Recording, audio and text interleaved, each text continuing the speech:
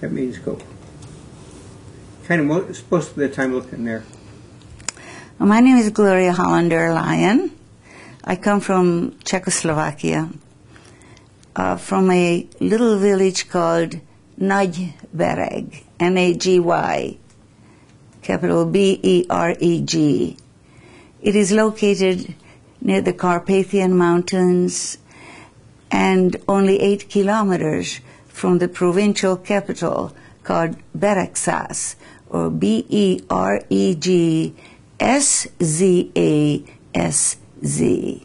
Beregszás. I am the third generation of families who lived in this town, and many Jews lived around the city of Beregszás. There is a reason for that. The land is very fertile there, and there are lots of vineyards and fruit orchards beautifying the area, and consequently, Jews prospered. They became farmers in going through there, and this was very unusual for Jews to own land and farm the land itself. And eventually, it became common belief that Jews actually were not farmers; they were merchants or bankers, and such other works. However, there were many farmers in this area, and according to statistics I read, the highest number of Jewish farmers lived in Bereg megye. And little did we know that eventually this could be very important for us.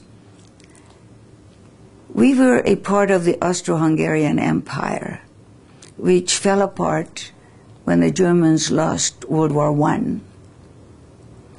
My father and his family served in World War I, and then after the fall of the Austro-Hungarian Empire, we became a part of Czechoslovakia.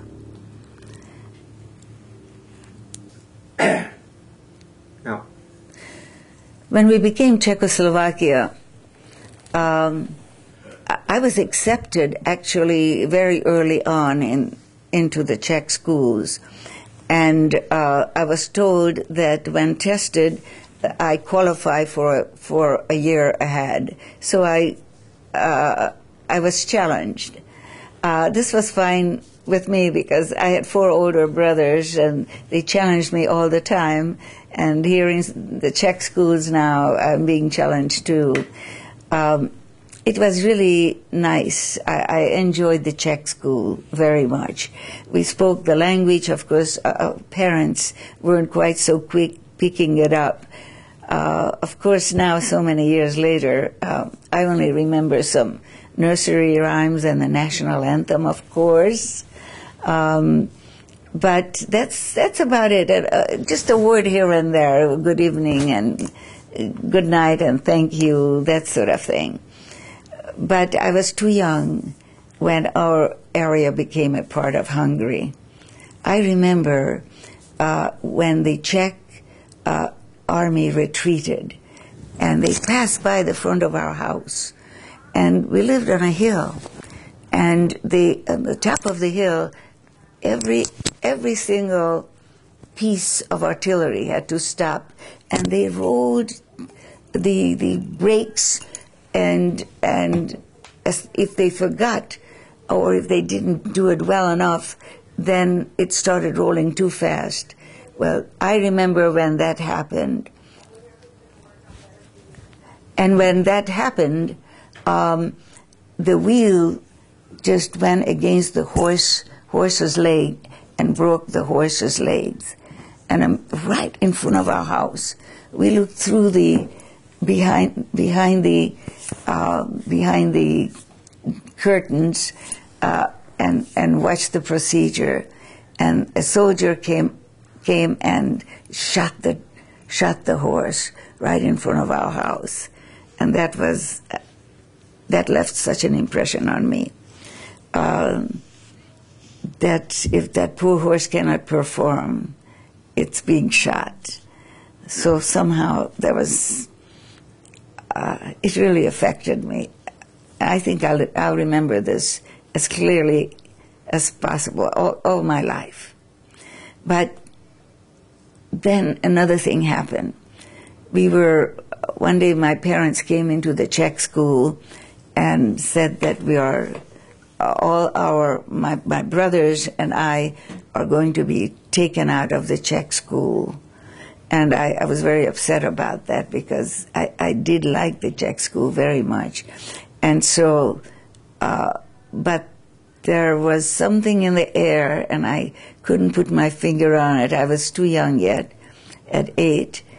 And my mother and father told us that now we are a part of Hungary.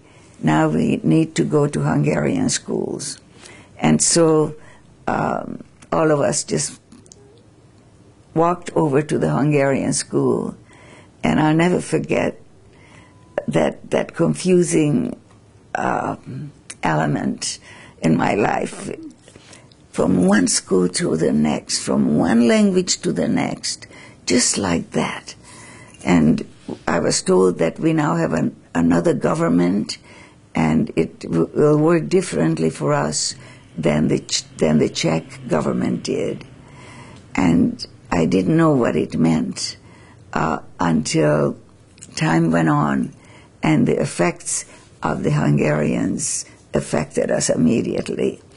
Of course, Hungary became a totalitarian country, and Hitler now was pleased that the land he wanted ceded to Hungary is now going to be made available for that purpose. So Hungary was no longer an ally. Hungary became a part of the Axis. The Nuremberg laws in Germany began to take effect. Every day there was 1, 2, or 3 different new laws that became effective, particularly against the Jewish people. Eventually there was a curfew. We couldn't go out after about 5 or 6 o'clock. I may stand to be corrected here as to the accuracy of this time. But we did have curfew, and we had to remember to do everything we needed to have done during the daytime. That meant grocery shopping, that meant whatever errands we needed to do, and be back by the time curfew took effect. For everybody was threatened to be shot if they are found outside. There will be no excuses, I was told. Well, already things looked totally different, and in schools, the Jewish kids were not as popular anymore as they were in the Czech schools. We were all treated evenly, and we played together, we danced together, we did games together, and that's the way I felt it should be. Under the Hungarians, our best friends left us, so the Jewish girls and boys were left to their own games, and it was not fun anymore, because when somebody is already taken out and made to feel different, it affects the entire student body somehow. We could not verbalize this so well. And eventually, the Jewish kids and the Jewish people totally had to wear the yellow star over the heart. My father was excused from this because he was a hero in World War I. He fought on the side of the Germans, the Austro-Hungarian army, and he was highly decorated, and so he was given a written statement that he and his whole family are exempt from the racial laws. Now, we did not wear yellow star, but it felt badly that we are not Hungarians, we are not non-Jews, we are Jews. Therefore, somehow, we should not be treated differently than our brethren. And in a way, they felt as though this is what we want, for you to feel different. That's how it seemed to me at the time. Well, there were all sorts of other events taking place. My brothers, when they graduated from high school, they were ready to go to college. And because they were Jews, they were no longer permitted to go to college. They had a choice of picking trades in trade schools or working for a tradesman, and by learning the trade that way. In other words, college is not for Jews anymore. Although I heard that they did take one here and one there, but no longer en masse. This affected my family because my brother Michael was of military age or approaching that, and he should have been already in college for 2 years. 2 years? Yes, possibly even more. And he has not been. He chose another Sakma in Hungarian, trade, is it? Trade, yes. It's not what he wanted, but it's what he was permitted to do as a Jew. He could have stayed in our farm, helped my father, but that was not his cup of tea, so to speak. Michael wanted to do his thing, and he was very bright, and he was college material. But college was out of question for a Jewish boy. And later this affected my brother Michael. I'm sorry, my brother Victor. And so Victor also had to choose a trade.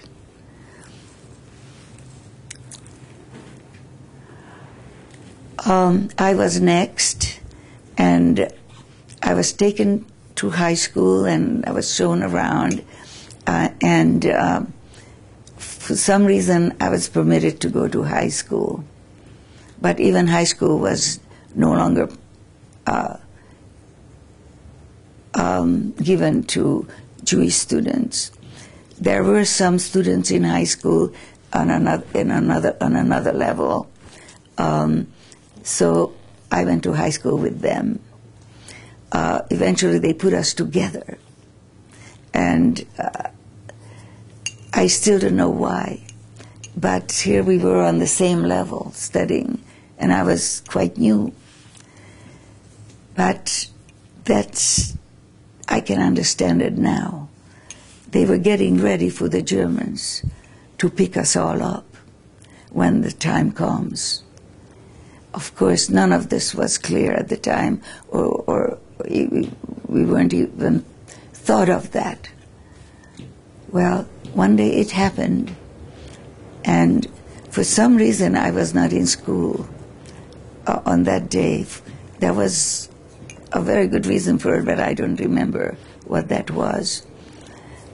And so we learned that on that day they picked up the Jewish students in high school, and they collected them. And I just thought that was, I guess, as though God was right next to me and protected me somehow. When we talked about it at dinner time, it just seemed as though an angel protected me from something. We didn't know just from what. Well, I did not go to school anymore after that. I read the writing on the wall. It really hurt, and I wanted to go to school very much. But if it has to be, it has to be. I was learning German as a second language, and I was sorry that I picked German, because they are responsible for all my aches and pains today. I thought, well, my parents didn't like me to think this way, and they couldn't understand that we would be, that such time would come that the Jews would be picked up and taken away. That has never happened before in our history. And how could it happen now? Well, 1944 approached. The Jewish community was very close in our town. And we knew all of them, everybody. And there was one synagogue, a nice size, and we all belonged to that. And my dad hired the teachers. He was responsible. He was the person responsible for hiring the teachers. And they knew my 4 older brothers by the time I was sent to Hebrew school. Here they call it Sunday school. Well, whatever it is, we studied Hebrew, language, culture, and history. And so I still read Hebrew, but I don't really understand what I read, because all the qualified teachers were taken away because they were Jews already. And we haven't even heard from them. They had families left behind. And so the talk of the town was that they couldn't write from where they were. But secretly they were also talking about the ill fate that they may have met for being Jews. Well, a lot of talk about this type of talk went on. One day the Germans came into our town. It was Passover 1944. And for Passover, the house was painted inside and outside every year. The matzah was baked, the unleavened bread, in our 2 igloo-like ovens. And for the whole community, they would bring their sack of flour intended only for matzah, baking of the matzah. For 7 days, Jews ate unleavened bread to remember the Exodus from Egypt, the Exodus into freedom from slavery. And this the Jews never forgot. Every year, the head of the family read the Exodus of the Jewish people from Egypt over a 400-year period.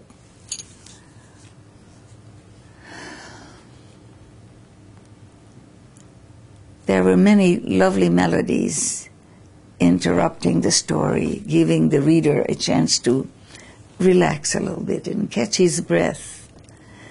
It was so nice to see the whole family around a table with the finest tablecloth on it, and hearing the Israelites crossing the Red Sea, 40 years in the wilderness, and finally make it to Eretz Yisrael, the land of Israel. But it was a second generation that ended up there, as it was commanded by God in the story.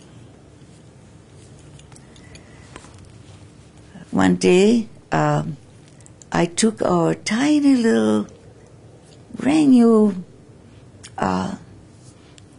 geese to the nearby church yard, where we were permitted to do this so that they can have green grass.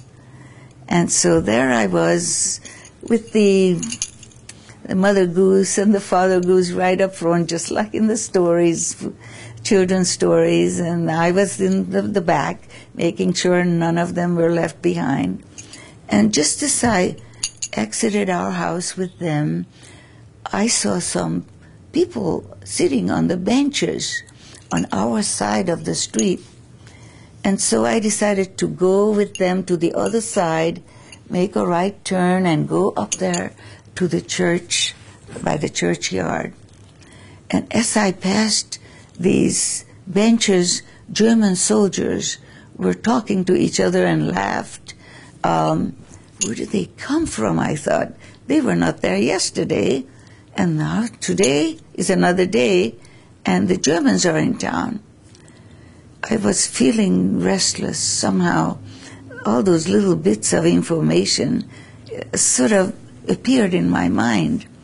But I did take the little geese to the churchyard, but I didn't stay there as long as I usually do, or as I did normally.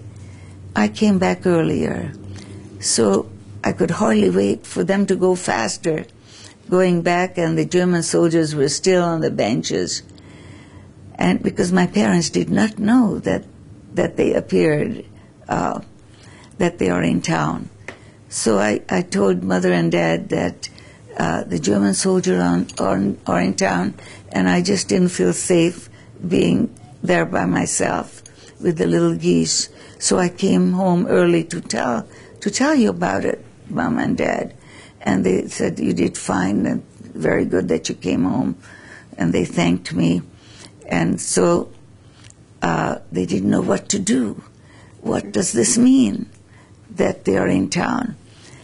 Well, that night, a Christian friend came to our house to tell my father that the following morning the Nazis would round up all the Jews in town and take us all away. Well, at that dreadful night, my father called the family together, which consisted of my brother Michael, who was 21 years old, Shandor was 18, Victor was 17, my sister Anushka was 12, and I was 14 years old. And relevant to the story, my dad was 51, my mother was 48. Dad and Mother told us that tomorrow morning we will have to leave our house, the house that my parents built, and the house in which I was born, and that the land under it has been in our family for several generations. And Dad and Mother told us that since we have to leave, we're going to make some important steps, take some important steps to secure the time when we would come back. So Dad and Mother told us that they will hide the family valuables, such as the silver candelabras and the silverware, at the far end of our 7-room house, and the family jewelry under the hardwood floor in one of our bedrooms, and that we children should all know these hiding places. And Dad and Mother told us that these valuables could always be sold and turned into money when we would come back home. But friends, nobody thought of any possibility that we might not ever return. The following morning, about 5 o'clock, came the knock on the door. But I will go back a couple of steps. After the news came about having to leave the next morning, my dad dispatched a couple of my brothers to other Jewish households, and they were to tell them to pack up whatever they need to take along. But this is still top secret.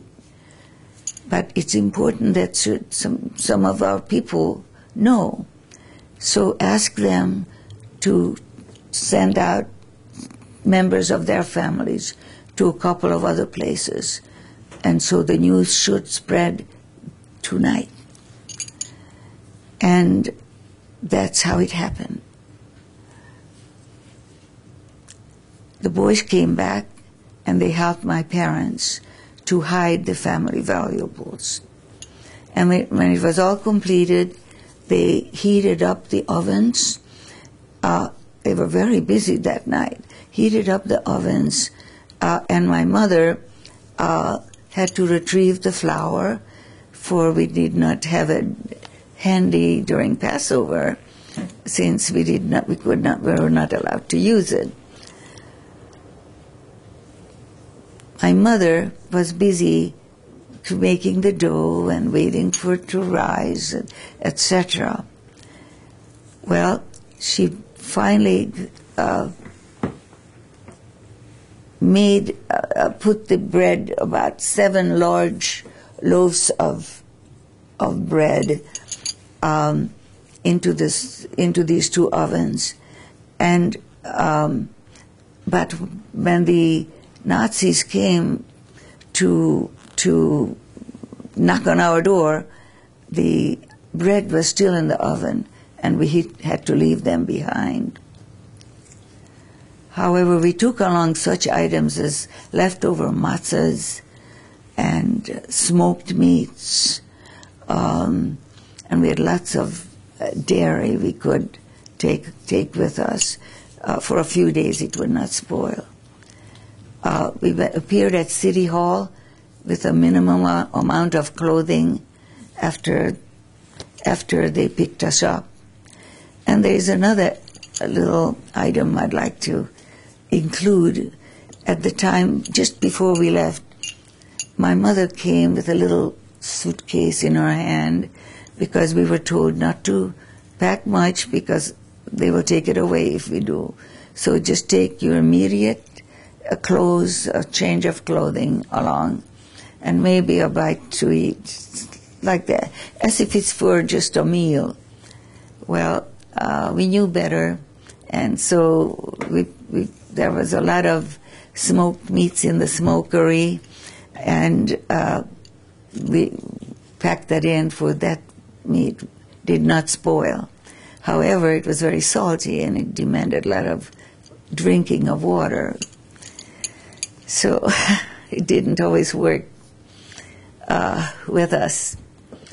Well, we appeared at City Hall, and we were already, other families were waiting. And then we had to leave behind the animals, for we were taken there in a wagon, in our wagon, and the horses, and we just parked them, and they were to take care of them. We had to enter a truck, a military truck, which drove us 8 kilometers into Baraksas, the provincial capital. There we were taken to the brick factory where my brother Joseph died in an industrial accident just about a year before, and it was a place that caused my parents a lot of heartache. It was a very nice factory at the time. It was quite new, and as the bricks were ready for drying, they had these long sheds, many of them. They had rooftops so that when it rained, the bricks would not get wet while they were drying. In fact, so we occupied a little berth there, and the bricks were lined up along the walls, and not evenly, some high up, some low, so that when the wind came, the wind just swept through it, carrying with it the red dust. In minutes, we had red dust in the creases of our bodies that we didn't know we had before. And there was only one spigot in this factory. So men were dispersed to bring us water, and they did in these pails, and they had to stand behind each other to slowly fill up a bucket, and there were all these rows of areas where we had been spread out. For there were a lot of Jews in this community, and in the surrounding communities as well. Could I stop for a moment? Sure. I could, when I'm in Auschwitz already. Well, if you hold it up for a little while, I can move the camera and get in real close on that. Yeah? When you get to it. Okay. I'm not doing it now. Okay. No, right. I just... We're going. Go ahead. We are in Baraksas, in the ghetto, and the Germans secured the area so that there was no escape.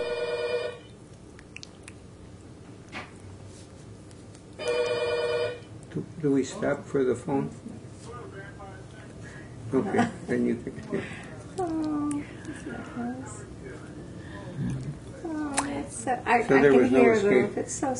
No, you couldn't hear it, but it's so sweet. Hello, Grandpa, and Carl says hello, darling. It's That's so Benjamin nice. working for. He's the engineer. Oh, yeah. Told you about, and he Yeah. works for Apple Computers. Yeah. Oh, wow. Okay, he called last night, and Carl never got back to him. You see. If you can hear, I can hear a little bit. Should I close the Yeah, door? yeah. Carl should be quicker picking up that phone. He's not so fast. He's just. Okay. There was nothing to do in the camps. Nothing.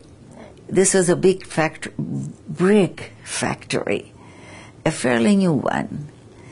And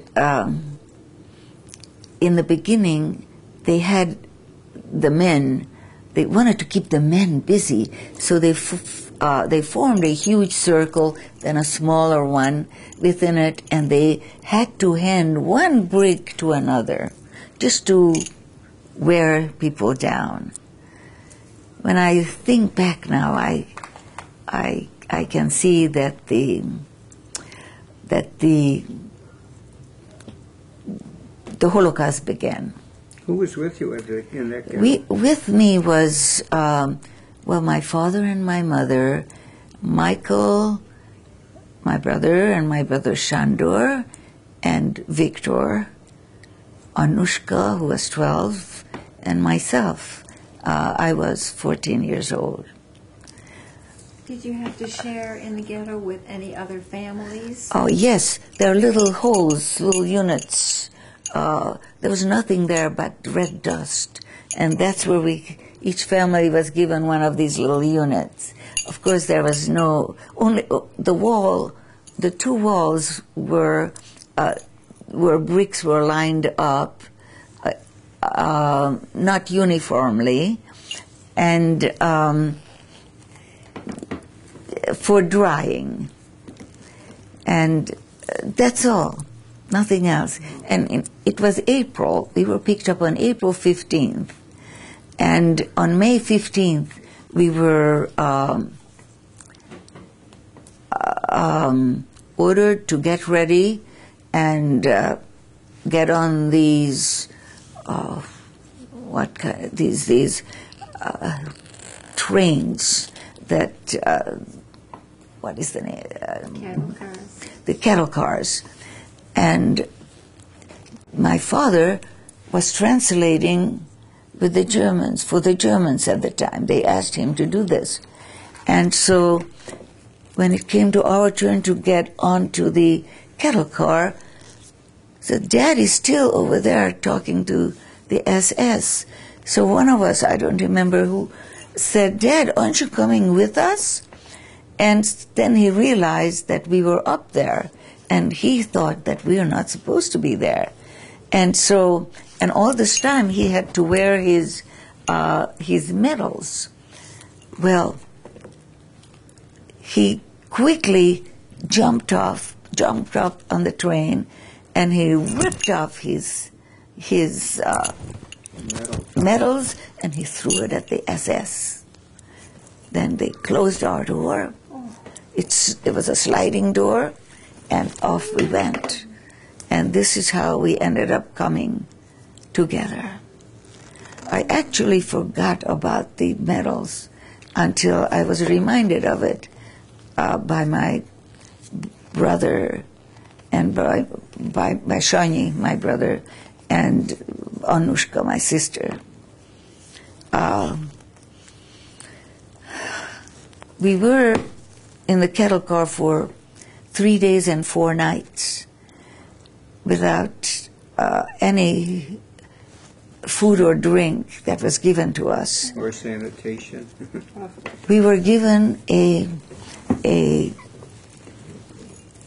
what is it called? A night bowl. Lack of a better word for it, I use that word, to be used, and there was a bucket, and when that was full, it's too bad. There was no way, there's nothing we could do. So, but it is the stench of human bodies. We were filthy from the red dust, and we didn't mind that so much because it really wasn't the kind of dirt that we're talking about now. We put up a blanket to create some privacy, but there was no privacy whatsoever. None of us could stretch out at night or during the day to sleep. So those of us who sat down wanted to stretch out, and you just got so tired from not moving that eventually everybody just needed to get stretched out. So the men took turns. This was the way they were gentlemen, the way men were in those days. And they just turned their heads when they had to, and they held up the cloth to give us some privacy. But such humiliation we have not known. Finally arrived at our destination on a Friday evening. All night long we were kept locked in these cattle cars after our arrival. No idea where you were going. We have no idea where we were going or what the name of the place was. Nothing. We were just going east. That's all they would tell us. And that we would be more comfortable where we were going. So we said, why do we have to be moved? We were comfortable in our homes, certainly more comfortable than in the brick factory. Well, it was just a way station, and we will be much more comfortable where we are going. Well, we all knew later that this was a big lie, and we need to get used to this. for that's the way things are going to be according to the new order. As daylight broke, my dad looked through the kettle car, the cracks of the kettle car, which was sort of out of the way, up by a tiny little window up in the right rear side. And Dad, I think he stood on somebody's back, and he commented that he did not like what he saw. He noticed tall electric wire fences and rows of long barracks.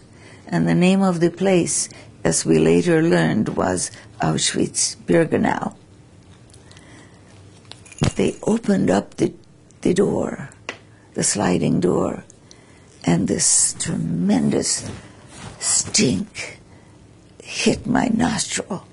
I couldn't get over it. It was unbelievable. All I could think of is how to breathe. But that was from the camp. That was from that was not the car. That was the camp. And we opened up the kettle car. We were right close by the gas chambers. We were right by the close to everything. The barracks were close to the electric wire fences, and of course, that's why Dad said I don't like what I see, because why should they have electric wire fences protecting us if we are going to a good place? And so soon, what time of the year was it? May 15th was when May 15th we arrived in Auschwitz-Birkenau. And as soon as we arrived, we heard voices in German to get off, you verfluchte Juden, and stand in line, go in a certain direction, and men this way, women that way. And so we lined up, and there was some discussion in families where there were little children. Which one would you like to take? Which one should I take? Etc., etc. Well, in my family we didn't have that. So my mother and I and Anushka went together, and the boys, Michael wasn't with us because Michael was of military age, and as a result of that, he was taken out in Baraksas. And he was told that he is going to do labor to a camp where he'll work hard. Well, that didn't scare him, but of course, he did a lot of hard work at home, but he was also fed well. But where he went, there was hardly any food, even for the Germans. And so they were on a starvation diet, as I learned later. But we finally were all lined up on the two sides of Auschwitz, and the men were selected and the women were selected separately. And so I'm going to talk about my group because that's what I was exposed to and was familiar with, but the same thing happened with the men.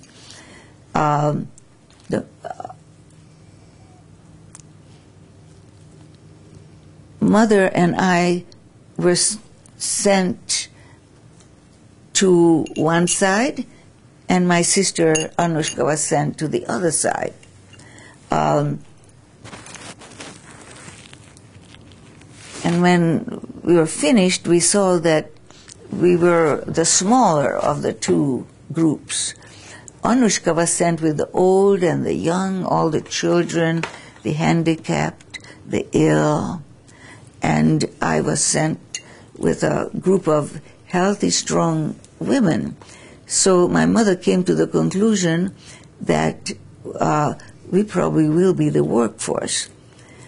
And probably all the pregnant women and those who are capable of doing things will probably do the work and take care of the little children. Of course, this is logical thinking, but we found out later that in Auschwitz there was no logical thinking.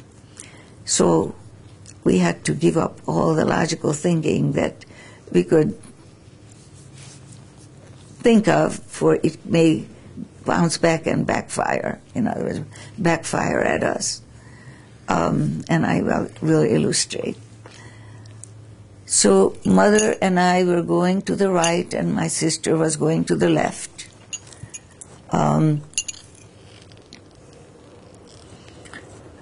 Soon after, Anushka and I were separated by Dr. Joseph Mengele, the infamous camp doctor of Auschwitz, and for years one of the most wanted war criminals. We'll get back to that period later. So we were separated and getting further and further from each other. And Anushka kept looking back, and we kept looking back at Anushka as we were further and further away from each other. And then finally we just kept looking forward. And during that time, a wagon pulled by 2 horses was catching up from behind and almost passing us. It had a flat top, and it had all the things that we brought along from home and of which we were stripped. And we had to leave them on the train, in the cattle cars. And here in this wagon we saw some of the things that we left in the cattle cars. And so we were told that probably it'll catch up with us, and we'll sort it out there. Well, as it was passing us, there was Anushka sitting on the back with her feet hanging down, looking for Mother and me in the rows. And when she saw us, she just hopped off, walked a few feet to our group, and continued to walk with Mother and me. And Mother was very angry that she did this, thinking that she would be taken care of. But now she will have to prove herself probably, because we probably will have to do hard work. Little did we know that by this simple act, Anushka had saved her own life. Because we found out later, a few days later, that all those who were sent to the other side were murdered immediately upon arrival in the gas chambers of Auschwitz-Birkenau. Yeah.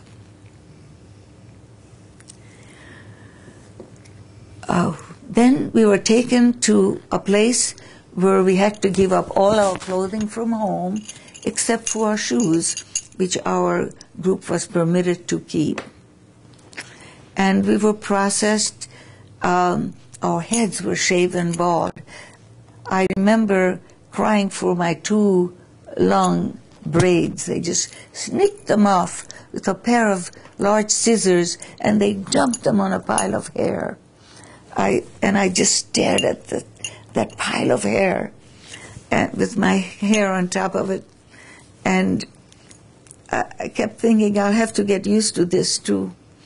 And while I was completely absorbed with my 2 braids over there, I noticed that they're working on my head and touched my head, and actually I had little blood on it, and they were going over my head with a pair of hand-operated clippers, and I was bald.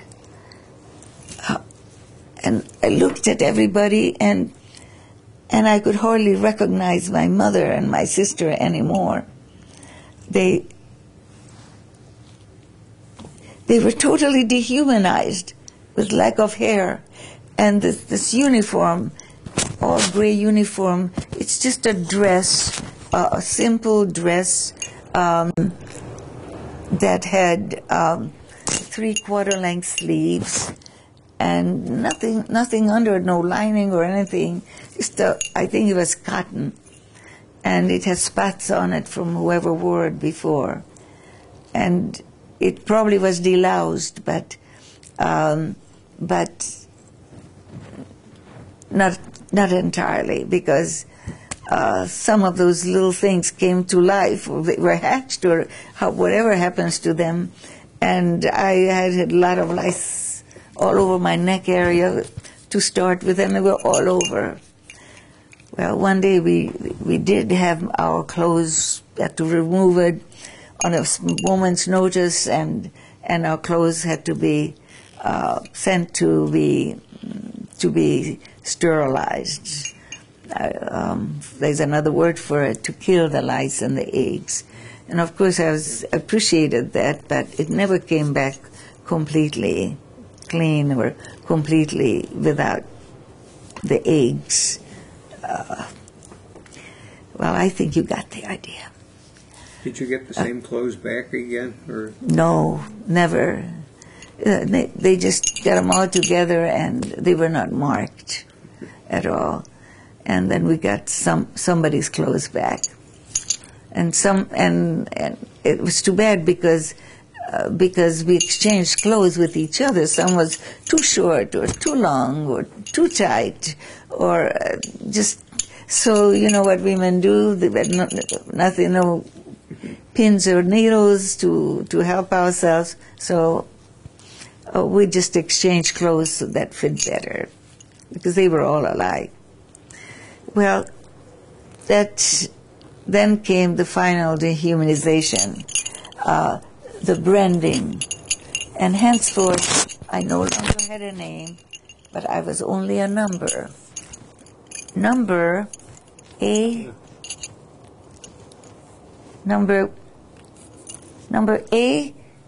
6374, tattooed on my lower left arm. Hold it there for a minute.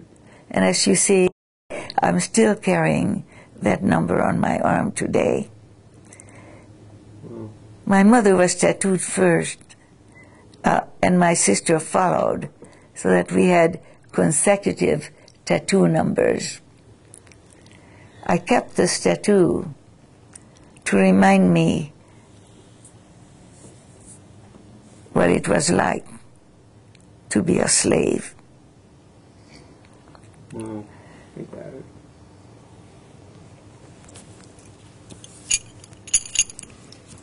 The following day, my arm swelled terribly from the tattooing, but after a few days, the swelling had subsided.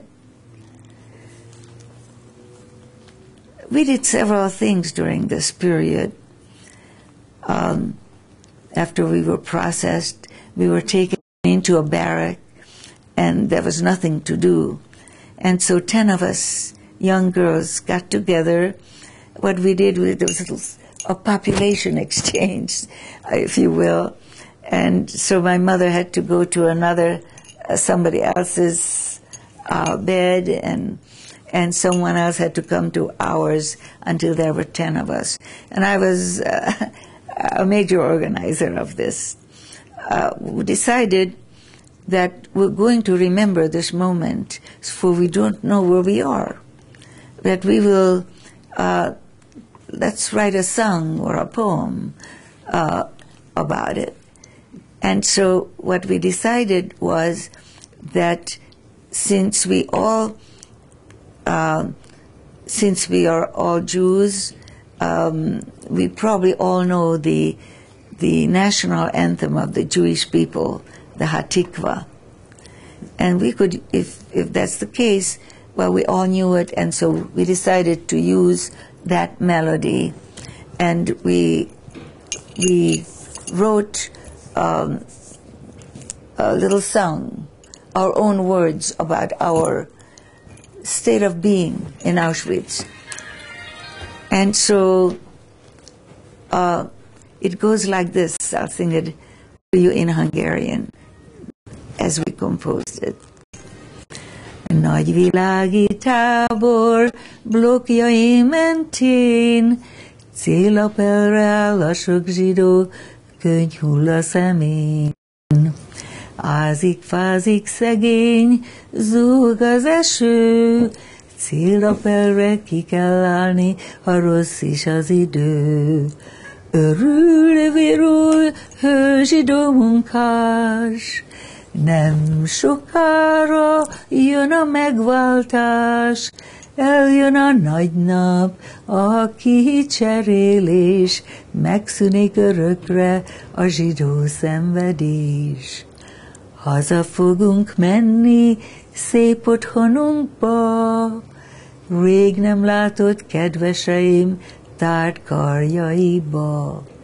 Ez a mi dalunk, amíg meg nem halunk, sosem fogjuk megtagadni, hogy zsidók vagyunk. We practiced this. Each time we came up with a line, we started practicing from the beginning. And when we really had it down pat, for we couldn't write it down, we had no paper, we didn't have any pencil, and it was not permitted to do this, to do such constructive work. So we practiced a lot, very, very quietly. And when we thought that we learned it, we sang it to the old-timers, thinking that the old-timers are going to appreciate it. They've been away from home for so long, and they certainly will recognize the melody if they don't know the Hungarian words. But when we sang it to them, I'll never forget that there was absolutely no response. None whatsoever. None of that. No thank you. Nothing, not a question, not a comment. How could that be? We thought. Well, so we decided that what we're going to do is sing some of these Hungarian songs that we learned at home, and perhaps that will cheer them up. Well, so we took turns doing that. And there was a little stool that belonged to the barrack superintendent. And one of the young girls, one of the 10 of us, was standing on that singing a song from home when the barrack superintendent came in. And she came over and gave this girl a big slap on her face. Said, "Where do you think you are?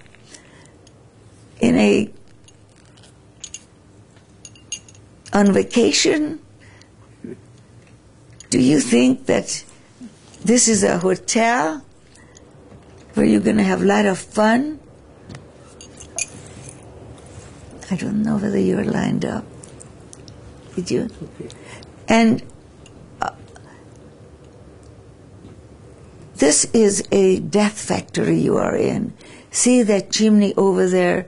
That's where your family have been taken and burned, cremated, and then burnt. And we were absolutely in total shock.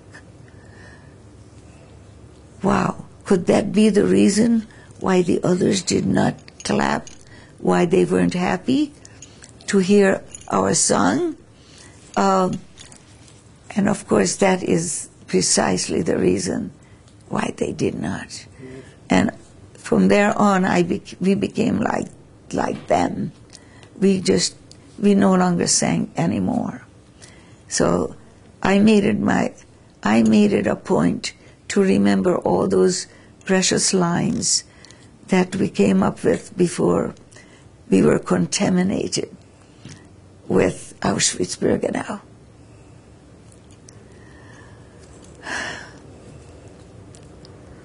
We were then selected for work. We went to work to the area of Auschwitz that was called Brzezinka by the Polish prisoners, or what did we call it? Can't remember it suddenly.